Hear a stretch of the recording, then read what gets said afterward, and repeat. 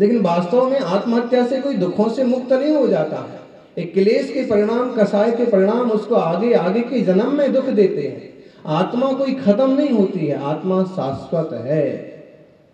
भारतीय संस्कृति में, शास्त्रों में आत्मा को शाश्वत माना है। और अनुभव करो, ये चेतना कभी खत्म नहीं होती है, पर्याय बदलती है। उसने आत्महत्या करने के लिए जहर पी लिया, लेकिन जैसे ही सुबह सूरज की पहली किरण निकली और उसकी आंख खुली तो देखा एकदम तरोताजा, कुछ भी बिगड़ा नहीं। उठ के देखा, मैंने सच में जहर खाया था कि नहीं। देखा बाजू में पड़ा है, पुड़िया खाली पड़ी है, निश्चित है खाया था, फिर जिंदा कैसे। उसको ध्यान में आया कि निश्चित रूप से जहर में मिलावट की गई है, नकली जहर मुझे दे दिया।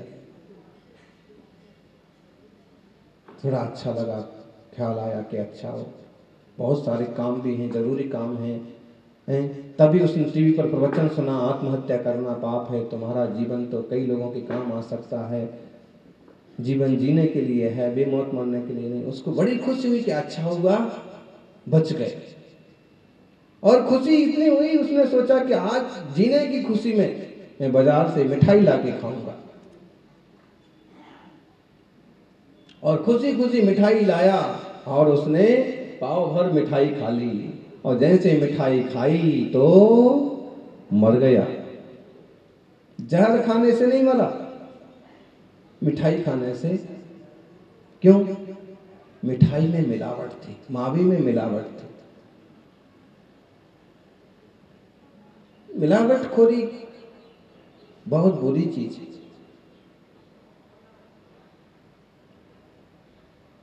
स्त्रीण प्रयोग, हम खुद तो चोरी नहीं करते हैं, चोरी के तरीके बताते हैं।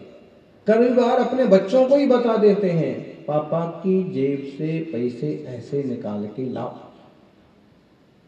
उनके ड्रॉ में से ऐसे हाथ मारना, बच्चों को सिखा देते हैं। चोरों को उपाय बता देते हैं, ऐसे चोरी करना। तो ये चोरी के उपाय बताना भी आपको व्रत में दोष लगता। दूसरा है कि बहुत ज्यादा आकर्षित करना ना, ये भी चोरी के उपाय बताने जैसा है। आपको पता है कि कच्ची बस्ती है, गरीब लोग हैं, तीर्थ यात्रा पर जा रहे हैं, रास्ते में पैदल जा रहे हैं, बहुत जरूरी प्रोग्राम नहीं है, फिर भी सोने चांदी से लकदक होके जा रहे हैं। यहाँ सोने की चूड़ियां, गले में मोटा मोटा हार, मोटी मोटी पायल। फिर एक तरह से चोरों को आकर्षित ही तो करना है, और फिर कोई निकाल के लेके जाता है तो आप रोते हो। ज्यादा प्रदर्शन करना भी ठीक नहीं होता।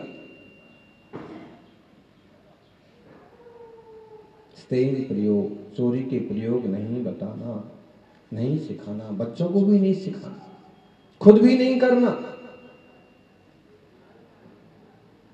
श्रीमती जी ने कहा, सुबह से मेरी अंगूठी नहीं मिल रही।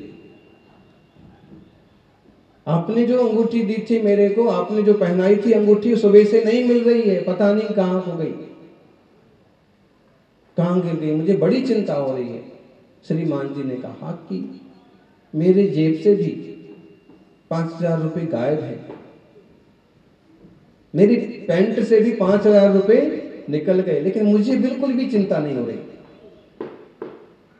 उसने कहा, जी कैसी बात करते हो, 5,000 रुपये निकल गए और तुम्हें चिंता नहीं हो रही? हाँ, रुपये तो निकल गए, लेकिन तुम्हारी अंगूठी उसी जेब में निकली, इसलिए मुझे चिंता। मतलब किसने निकाले अंगूठी?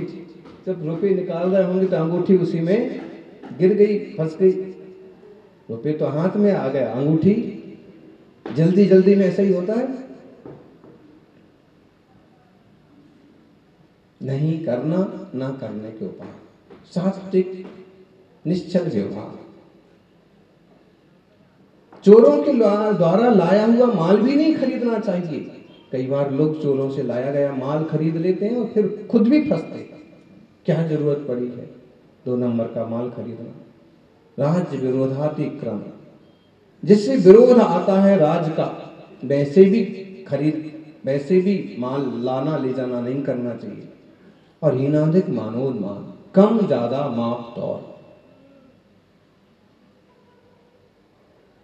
खरीदते हैं किसी से माल तो ज्यादा तोल लेते हैं, देते हैं तो कम तोलते हैं, गलत है। राज्य में जिस चीज की बंदी है उस चीज का व्यापार करना, गुजरात में शराब की बंदी है, लोग फिर भी चोरी से शराब बेचते हैं, खरीदते हैं, पाप है, अतिचार है। तो राज्य के विरुद्ध चलना ये भी नहीं करना। चोरों के द्वारा लाया हुआ माल नहीं खरीदना, कई बार वो बेच के निकल जाता है और पीछे आप लेने वाले पकड़े जाते हैं। इसलिए अचौर्य व्रत का पालन करें और जो उसके दोष बताए हैं उन दोषों से भी बचें। ज्ञानियों, श्रावक है और एक श्रावक परिवार की आज्ञा से, माता पिता की आज्ञा से गृहस्थी में प्रवेश करता है, परिवार बसाता है। विवाह संस्था बहुत प्राचीन है। हम देखते हैं कि राजा श्रेयांश के पिता अकंपन, उन्होंने स्वयंवर प्रथा का प्रारंभ किया था। शादी विवाह तो ऋषभदेव ने भी किए थे, लेकिन अनाचार नहीं किया। हमारे देश की बहुत प्राचीन पद्धति है कि बनता है तो ब्रह्मचर्य व्रत स्वीकार करके तपस्या और साधना करो, नहीं बनता है तो व्यवस्थित विवाह करके गृहस्थी का निर्वाह करो और उसमें ब्रह्मचर्य अणुव्रत का पालन करो। कौन सा है चौथा व्रत? ब्रह्मचर्य अणुव्रत। ब्रह्मचर्य अणुव्रत, अणुव्रत मतलब क्या? अणु मतलब छोटा, पूरा ब्रह्मचर्य नहीं है, लेकिन हमारा ऐसा ब्रह्मचर्य है कि हमारे जिनसे विवाह है बस उनके प्रति हमारे अब्रह्म के भाव, बाकी किसी के प्रति नहीं।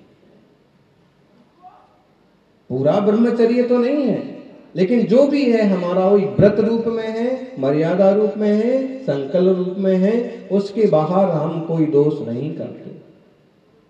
और ऐसा व्रती व्यक्ति ब्रह्मचर्य अणुव्रतधारी कहलाता है। ब्रह्मचर्य अणुव्रत का धारी व्यक्ति शादी विवाह कराने के व्यापार भी नहीं करता है। आजकल हम देखते हैं मैरिज ब्यूरो खोल के बैठ जाते हैं लोग, शादियां करवाते हैं। किसी श्रावक ने बुलाया है और आप पंडित जी हैं और आपने उनका विवाह करवा दिया, वो कोई बाहरी बात नहीं, वो कोई खास पाप नहीं है, लेकिन आप बिजनेस ही उस चीज का कर रहे हो, दुनियादारी के सबके मेल जोल करवाते रहते हो, बस इसके लिए मना किया। अतिचार बताए हैं, ब्रह्मचर्य अणुव्रत पालो, अतिचारों से बचो। स्मरते ब्राह्मनिवेशा नंग क्रीडान्य परिणयन कर्णम अपरिग्रहीते दरयो गमने चेत्वरिकयो पंच। पांच अतिचार। तीव्र काम की भावना होना, ये अतिचार है। अनंग क्रीड़ा, मनमाने तरीके से व्यवहार करना, ये अतिचार है। अपरिग्रहित इतरयो, अपरिग्रहित स्त्रियां हैं, वेश्या टाइप की महिलाएं हैं, उनसे बहुत ज्यादा संपर्क रखना, उनके यहाँ जाना ठहरना, ये अतिचार है। किन्हीं की विवाहित स्त्रियां हैं, महिलाएं हैं, उनसे विनम्रता का व्यवहार रखना, रिश्ते निभाना बुरा नहीं है, लेकिन खोटी दृष्टि रख करके और फिर उनसे व्यवहार बढ़ाना, ये क्या कहलाएगा? अतिचार।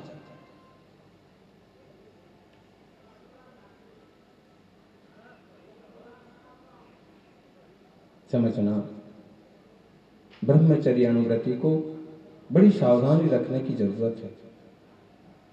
अगर वह सावधानी नहीं रखता है तो अपने व्रत से पतित हो सकता है।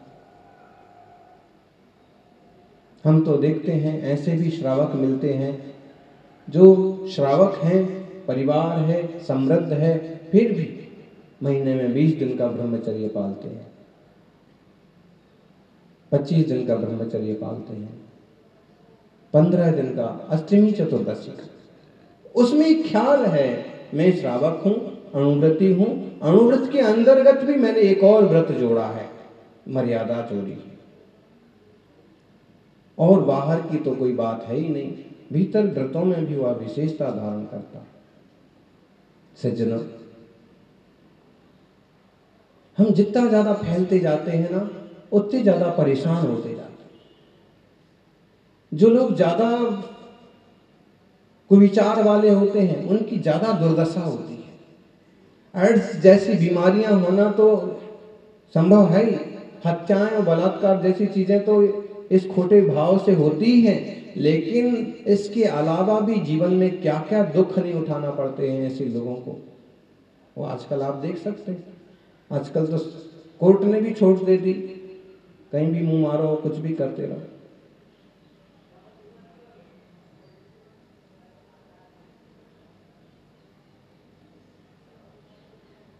ये जो कुछ चल रहा है ना आजकल, लिव इन रिलेशनशिप, अधिकतम मर्डर होते हैं। थोड़े से संबंध कोई टिकते होंगे या चलते होंगे साल, 5 साल, 10 साल, नहीं तो फिर एक दूसरे का किसी न किसी ढंग से मर्डर ही होता है। क्यों? क्योंकि आत्मिक संबंध तो है नहीं, सिर्फ वो पैसे के कारण से, केवल शरीर के कारण से, केवल मस्ती के लिए और एक जगह रह रहे हैं, और ना तो समाज से बंधे हैं और ना हम किसी परिवार से बंधे हैं।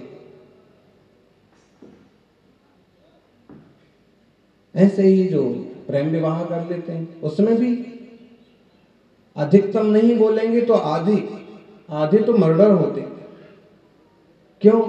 जब तक मिलता जुलता है मन वचन काया तब तक चलता रहता है, और जैसे ही पैसे को लेके, धन को लेके, जॉब्स को लेके, कमाई को लेके, बच्चों को लेके, किसी बात को लेके, परिवार को लेके, तेरे कारण से घर छोड़ना पड़ा, अमुक करना पड़ा, बस।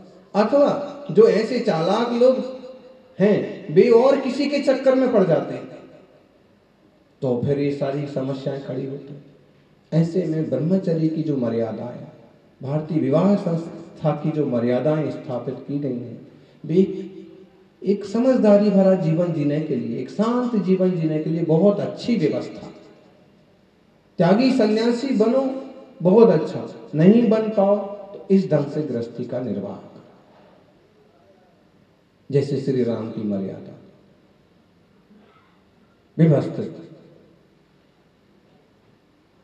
स्त्री को हम वस्तु नहीं समझते हैं, वह भी आत्मा है, उसकी वर्तमान की पर्याय है, वह भी माननीय है।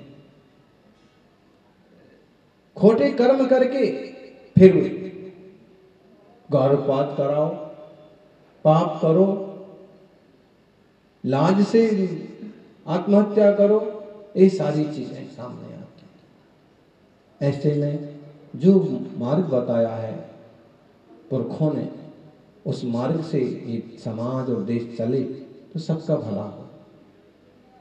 कई बार रंग रूप के चक्कर में पड़ करके किसी के साथ भी चले जाते हैं, मालूम पड़ता है कि पहले तो वह दुरुपयोग करता है, बाद में बेच देता है, किसी और के माथे मर देता है। ऐसी दुर्घटनाएं अक्सर कर महिलाओं के साथ घटती हैं, लेकिन कभी कभी ऐसी एक चंडाल औरत मिल जाती है कि पुरुषों के साथ भी हो सकती है दुर्घटना। ऐसे में विवेक और संकल्प ही आपकी रक्षा कर सकता है। अपना व्रत, अपना ब्रह्मचर्य, अपना शील बहुत महत्वपूर्ण है। सेठ सुदर्शन की कथा आती है, महान शील व्रतधारी, और रानी के झंझट में भी नहीं पड़े। आखिर रानी ने उन पर दोष लगाया, फिर भी देवताओं ने उनकी रक्षा की। सीता, चंदना, अंजना जैसी महान महिलाएं जिनने शील व्रत पाला, एक पति व्रत, एक पत्नी व्रत, ऐसी जो अपनी मर्यादाएं, आप लोगों की मर्यादाएं हैं, उनका ध्यान रखें। फिर क्या होता है, अगर ध्यान नहीं रखते तो शक होने लगता है, एक दूसरे पर संदेह करने लगते हैं, और अच्छे रहते रहते अच्छे रिश्ते भी ऐसे फील होने लगते हैं कि कैसे हो रहा है, ये मर जाए, इसको मार डालूं, इस टाइप से तलाक जैसी चीजें पैदा होती हैं। इसलिए ये व्रत भी स्वीकार करने लायक है और अतिचार छोड़ करके आत्मस्वरूप की भावना, ब्रह्म स्वरूप की भावना भाएंगे तो ब्रह्मचर्य अनुव्रत आनंद से पालन हो जाएगा। वास्तव में कौन स्त्री है, कौन पुरुष? आत्मा तो आत्मा है, ज्ञायक चैतन्य है, ये तो पर्याय हैं, पुद्गल की रचना है। सज्जनों, ब्रह्मचर्य अनुव्रत के बाद आता है परिग्रह परिमाण अनुव्रत। हम श्रावक के व्रत को अपरिग्रह महाव्रत नहीं कह सकते हैं। क्या? पांचवा जो अणुव्रत है कौन सा है? परिग्रह परिमाण अणुव्रत। परिग्रह का परिमाण किया है उसने, त्याग नहीं किया।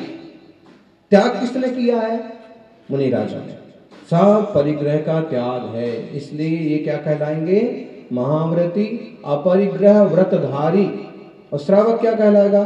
परिग्रह परिमाण अणुव्रत। उसने मर्यादा की है, मैं 2 घर रखूंगा, एक घर मेरे काम आएगा, बेटों के काम आएगा, दूसरा 2 दुकान रखूंगा, जब तक हाथ पांव चलते हैं, समय निकलता है, व्यापार करूंगा, दूसरे पर बेटा करेगा। जहां तक तो बनता है यही होता है कि बेटा योग हो गया, सब उसको सौंप दो, अब इस घर के मालिक तुम हो, इस दुकान के मालिक तुम हो, मैं सिर्फ मेहमान हूं, एक बार भोजन करूंगा और धर्म ध्यान करूंगा।